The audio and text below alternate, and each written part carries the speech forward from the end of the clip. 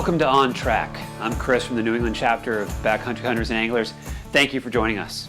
In this episode, we will get you on track with a few events, initiatives, and happenings from around New England.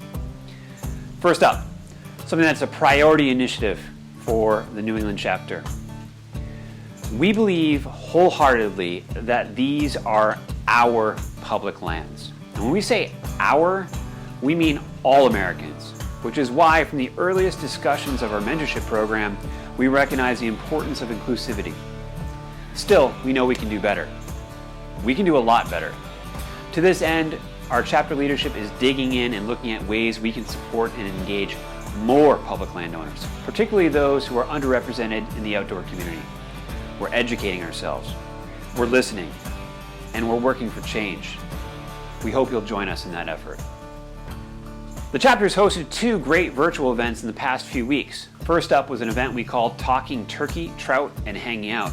Joining us for that conversation were members from the NWTF in Vermont and the Vermont Fish and Game Department.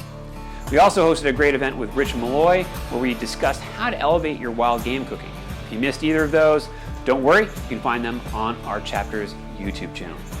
On July 15th, we'll be joined by Mass Wildlife Deputy Director John Ragosin and District Manager Jason Zimmer to discuss the many facets of conservation the agency is involved in.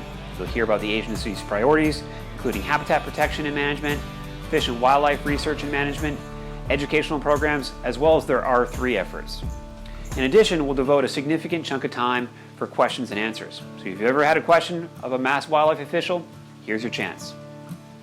A number of chapter leaders and members have been busy advocating for public land and conservation issues, both digitally and in print. For a full rundown, be sure to check out the New England Instagram and Facebook accounts for where you can find that content. You can also find some great New England stuff in the most recent Backcountry Journal. Don't get this?